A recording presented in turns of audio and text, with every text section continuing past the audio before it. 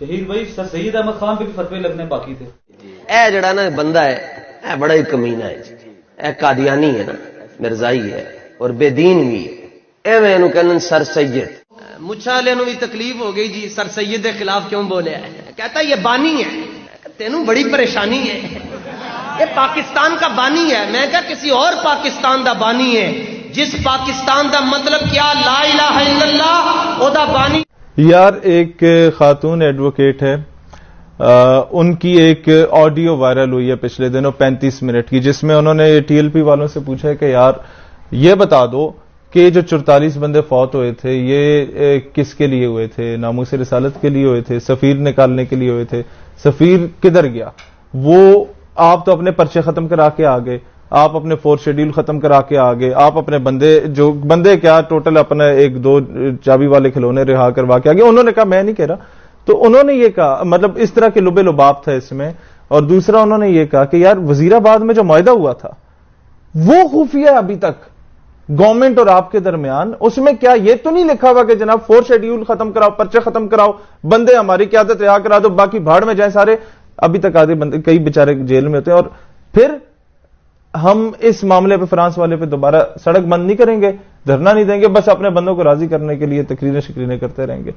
یہ audio leak ہوئی اور ان کے گروپوں میں یہ چہمہ گوئیاں شروع ہو گئی. ان کے کارکن کہنے لگے کہ یار یہ بابا جی رحمت اللہ علیہ جیسی عظیم ہستی اچانک کیسے فوت ہو گئی، اور اس پہ کسی نے پوچھا ہی نہیں، کوئی ملوث تو نہیں تھا، اور کیسے ان کا پوسٹ مارٹم کیوں نہیں ہونے دیا، اور کس نے روکا کہ جی پوسٹ مارٹم نہیں ہونا چاہیے، یہ کون تھا.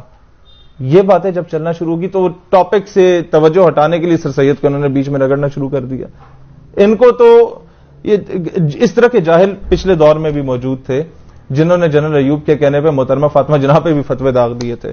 وہ عورت جس نے ساری زندگی شادی نہیں کی کہ میں اپنے بھائی قائد اعظم کا ساتھ دوں گی. ان جاہلوں نے تو، اس طرح کے جاہلوں نے قائد اعظم پہ بھی کفر کے فتوے لگائے کہ بھئی یہ تو سر آغا خان کے فالوور ہیں. بھئی کسی کا کیا فرقہ ہے، کیا مسلک ہے، آپ اپنے اختلاف کی بنیاد پہ اگلے کو قادیانی تو نہ بولو نا، یہ تو زیادتی ہے. پھر آپ یہ دیکھیں پیر مہر علی شاہ رحمت اللہ علیہ جیسی ہستی، گولڈا شریف والے، جنہوں نے مرزا قادیانی مردود کو مناظرہ ہرایا، ان کے بچوں کو یہ گالیاں دے رہے ہیں. سیال شریف والے خواجہ قمر الدین سیالوی رحمت اللہ علیہ جیسی ہستیاں جو تحریک ختم نبوت میں پیش ہوتی تھیں، ان کی جو آگے صاحبزادگان ہیں ان کو یہ لوگ گالیاں دے رہے ہوتے ہیں کہ یہ ہمیں ووٹ نہیں دیتے. بھئی تمہیں ووٹ دینے والا مسلمان ہے جو نہیں ہے وہ گستاخ ہے، وہ کافر ہے، وہ قادیانی کیا ہے؟ بھئی تماشا بنایا ہوا ہے. اور پھر یہ لوگوں سے ووٹ مانگیں گے، جا کے کہیں گے آپ حضور کو ووٹ دیں گے. تو ایک تگڑا بابا انہیں مل گیا، اس نے کہا جی حضور کا دشمن کون ہوتا ہے؟ کہتا کافر ہوتا ہے. تو بھئی بتاؤ باقی ساری پارٹیوں والے کافر ہو گئے، اور جب تم دوسری پارٹیوں میں سے تم کافر تھے تو گارنٹی دو تمہاری تنہائی ان کی تنہائی سے زیادہ پاک ہے. حلف اٹھاؤ قرآن پاک پہ. پھر شاہ احمد نورانی رحمت اللہ علیہ جنہوں نے قادیانیوں کو کافر قرار دیا اسمبلی میں جا کے، ان کے بچوں کو یہ گالیاں نکال رہے ہیں. دعوت اسلامی والے جن کا مرید تھا ممتاز قادری اور غازی تنویر قادری برطانیہ والے، جن اتاریوں کے نام پہ یہ سیاست کر رہے ہیں، یہ پولیٹیکل پارٹی بنا کے بیٹھے اور ووٹ بٹور رہے ہیں، چندے وندے بٹور رہے ہیں، ان دعوت اسلامی والوں کو یہ گالیاں نکال رہے ہیں.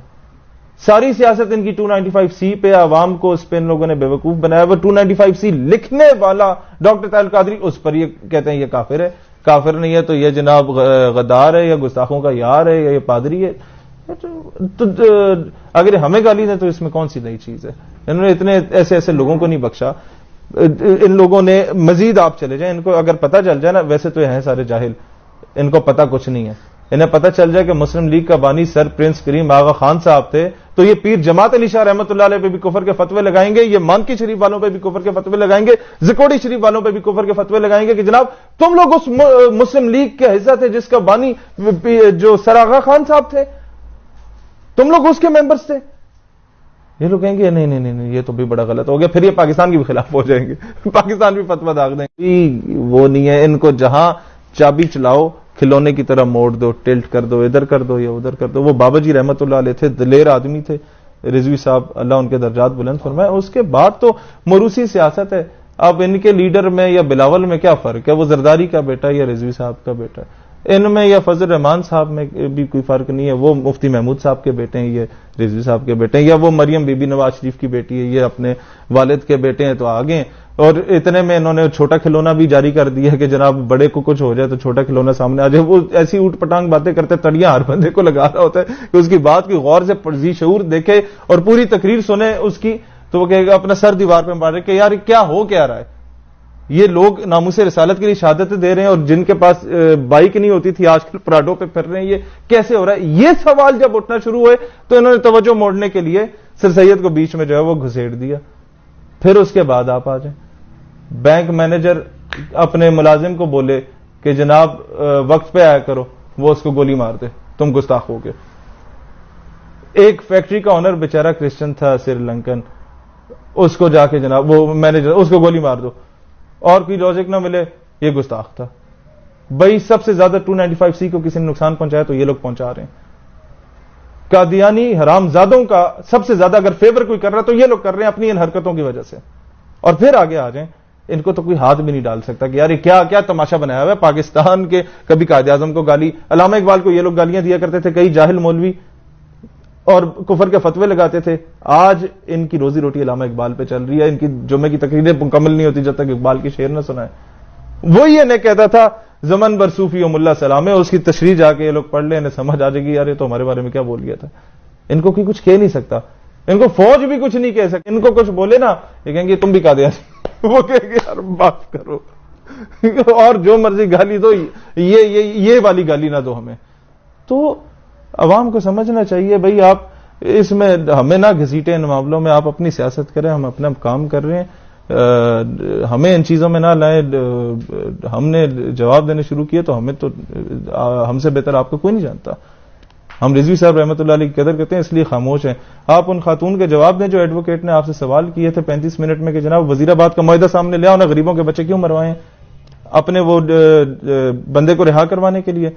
پھر یہ بیان ساری دنیا کے پیر ایک طرف، میرے کارکن کی جوتیاں ایک طرف، وہ تمہارے انڈر میٹرک بندوں کے جاہلوں کی قیادت کی جوتیاں ایک طرف، تو دنیا کے غوث اعظم خواجہ معین الدین ایک طرف، تماشے لگائے ہوئے تم لوگوں نے، بدماشی مچائی ہوئی ہے۔